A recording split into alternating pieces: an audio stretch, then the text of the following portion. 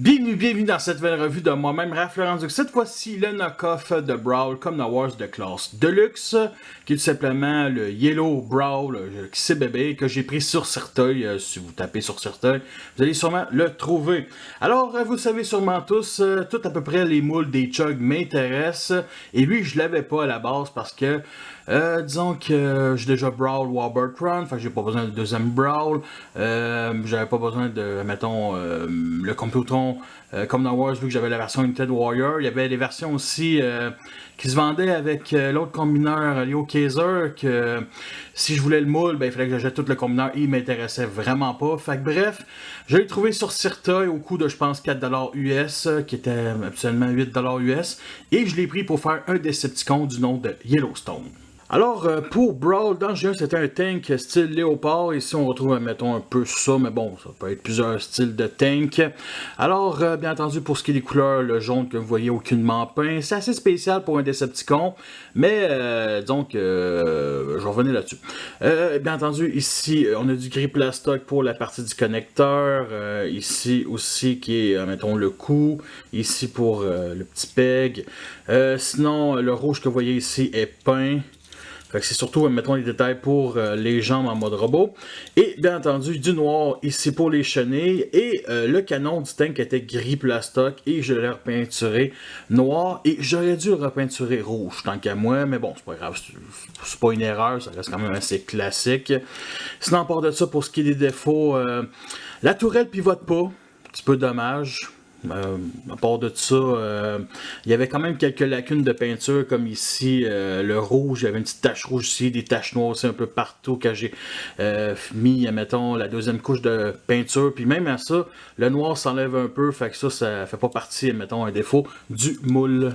Un autre défaut, c'est que le canon principal ne s'enlève pas parce que ça devenait son arme principale aussi en mode robot, fait qu'ils nous ont donné d'autres armes, fait qu'au moins ils ont justifié ça, un petit peu dommage honnêtement, et justement, au moins le canon peut monter comme ça. Alors l'arme qu'il nous donne, c'est la même que Firefly et justement Slingshot comme dans Wars, fait que ça peut venir s'installer ici dans le trou au-dessus comme ça se pivote au moins. Oh lui. Mais bon, sinon il nous donne bien entendu le fameux pied point flingue classique comme dans Wars, ici comme ça qui se met sur le dessus comme ça, et bien entendu il nous avait donné ça ici sans le trou, fait que j'ai percé un trou 5 mm pour justement le mettre sur le peg gris. On descend ici le pouce, on l'installe comme ça et on fait juste descendre les doubles canons tout simplement. Fait que j'aime bien, c'est un énorme moment justement où jouait G1. Parce que Brawl on pouvait faire ça, fait que ça c'est vraiment cool. Justement, moi, mon Brawl Warburton, il y avait deux canons de ce qui est plus normal qu'on pouvait mettre sur la tourelle ici. Fait que lui, sur le champ de bataille, il va avoir ses doubles canons ici comme ça. Je lui donne aussi un accessoire qui est surtout pour le mode robot. Alors voici l'armure des Prime qui nous vient avec Punch, Cotton Punch de la gamme Path of the Prime, ici comme ça. Je ne laisse pas dans mon étagère.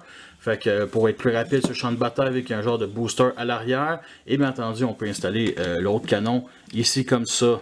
Fait que c'est pas super. On peut aussi installer ce canon-là ici, sur le côté. Comme ça. En dessus, on ne devine aucune partie du robot, fait que ça reste assez propre. Il y a des petites roulettes ici et ça roule quand même très bien. En comparaison avec d'autres tanks, et j'adore les tanks. Alors à la gauche, on a ici Megatron Cyberverse de classe Deluxe, Heavy-Tread Power Combiner qui a arrêté entre classe Légende et Deluxe, mais qui date de 10 ans, donc c'est quand même un petit Deluxe. Lui, c'est un oversize de justement Warpath Generation du nom de Bulletstorm, que j'ai déjà fait la revue il y a un petit moment. Donc, c'est un partenaire justement à Yellowstone et justement Brawl Warburton ici avec les deux canons sur le dessus, qui est à peu près, mettons, classe voyageur, un petit voyageur et bien entendu un knock-off tank que j'ai déjà présenté il y a quelques mois sur ma chaîne. Nous sommes rendus à la transformation, alors je vous montre le mode jambe avant, ensuite le mode bras pour les combiners et bien entendu je finis par le mode robot. Alors on vient ici déployer le connecteur tout simplement. On déclipse ici la tourelle et ces pegs là ici vont venir s'installer dans les deux trous ici justement à l'avant, comme ça. Et maintenant, la dernière étape, c'est on déclipse l'arrière qui vont former justement les pieds en mode robot et on pivote ça à l'arrière tout simplement comme ça. Et bien entendu, la dernière étape, c'est d'installer un pied. Ici, ça c'est un pied Perfect Effect. Voici ce que ça donne sur Menazor. Alors, bien entendu, ça ne fait pas vraiment avec les voitures, mais disons qu'avec les autres Combacticons, même d'autres véhicules militaires, ben, ça fitterait beaucoup plus tant qu'à moi. Pour le mode bras, on descend le connecteur. On remet en place ici toute l'arrière, comme le mode tank. Comme ça.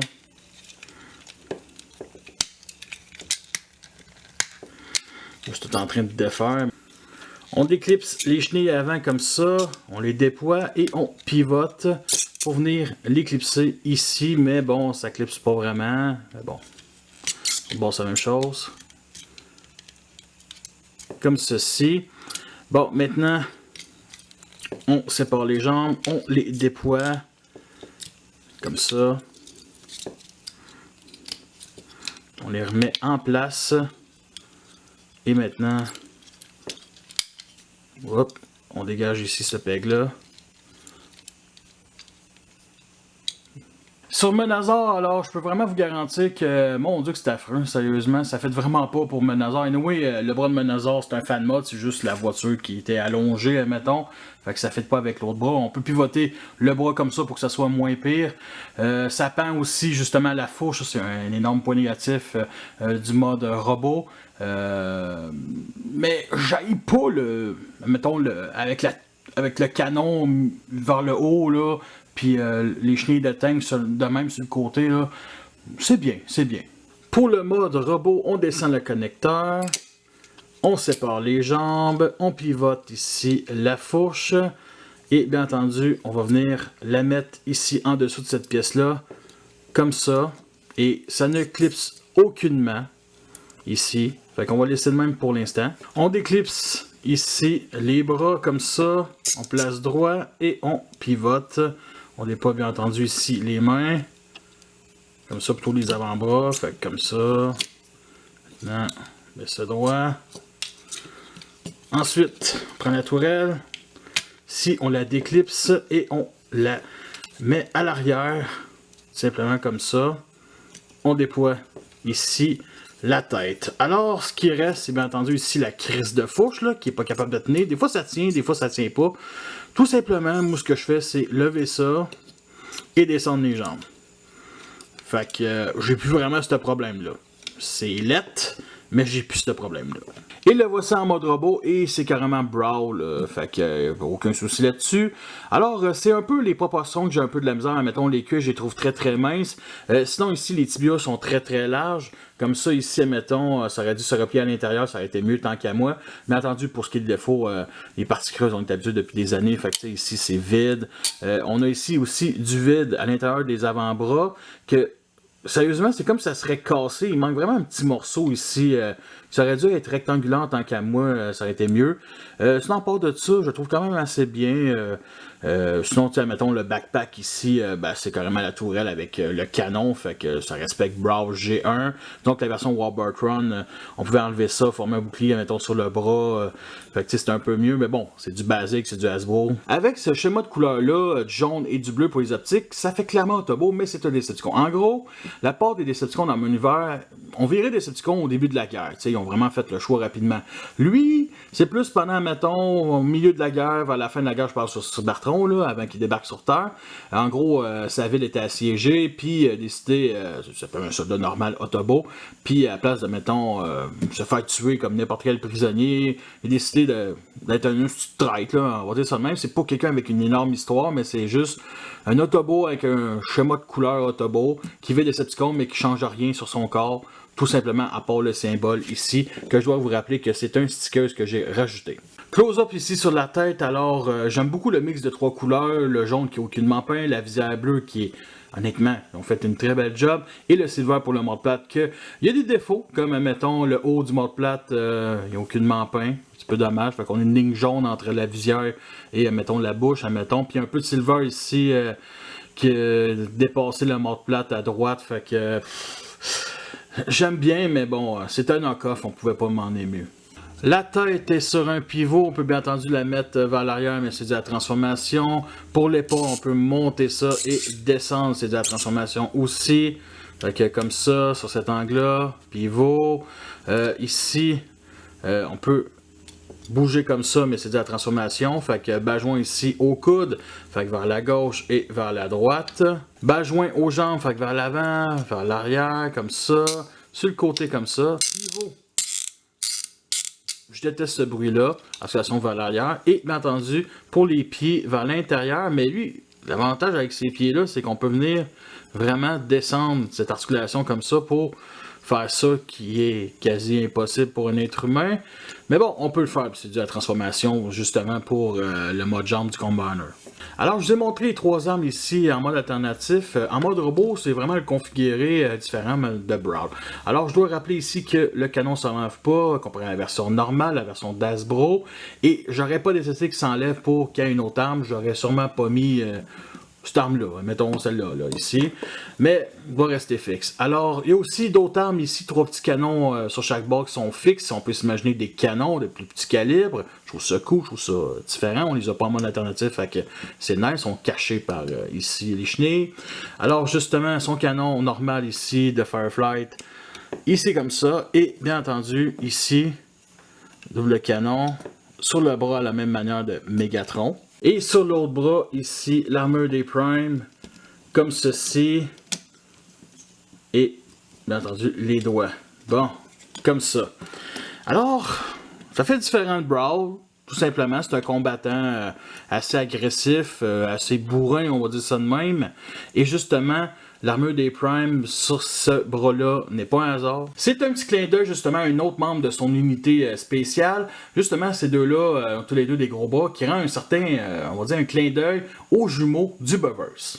Ok, oui, ce ne sont pas des jumeaux, mais ça entendait d'avoir, mettons, 2 personnages avec tous les deux, chacun un gros bras, qui sont pas à la même place, comme justement les jumeaux. Et en plus, ces 2 Deluxe-là font pas partie aucun des Combiners dans ma collection. Fait que c'est tout simplement 2 Deluxe à l'air libre, on va dire ça de même. Fait que non, j'aime bien cette idée-là. Je l'ai eu ça l'autre jour, là, puis je trouvais que c'est un excellent clin d'œil justement aux jumeaux que je n'aime pas particulièrement, mais que honnêtement, l'idée de base, là, avoir un gros bras sur chacun des bras, bien entendu, si on n'aime pas ça, il peut les enlever tout simplement. C'est une armure, mettons, tout simplement. En tout cas, bref, j'aime ça. Et juste aussi rajouter de quoi sur Smokeout. Ici, j'ai rajouté un autre sticker parce que le connecteur pivote. Vous savez tous, si vous avez déjà un Combiner Wars. Fait que j'ai aussi les autres détails de l'autre stickers que j'avais montré dans ma revue qui sont à l'arrière. Fait que ça c'est vraiment nice. Fait qu'il peut choisir. En comparaison avec Brawl, Warburton qui est à peu près de taille voyageur ici à la gauche. Bulletstorm qui est tout simplement un oversize de Warpath Generation en vert cette fois-ci.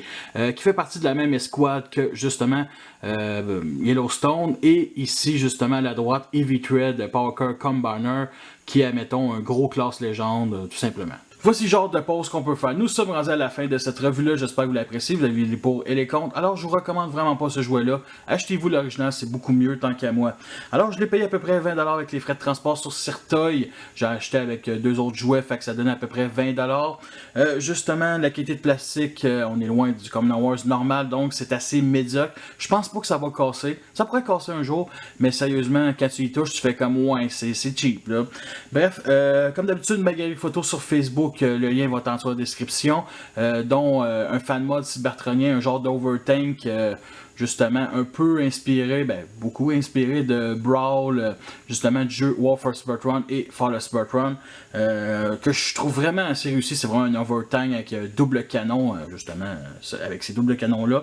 Fait que vous voulez tous m'encourager, vous savez déjà tout ce quoi faire. Fait que merci à tous d'avoir écouté cette revue-là. Fait que sur ça, je vous laisse et à la prochaine.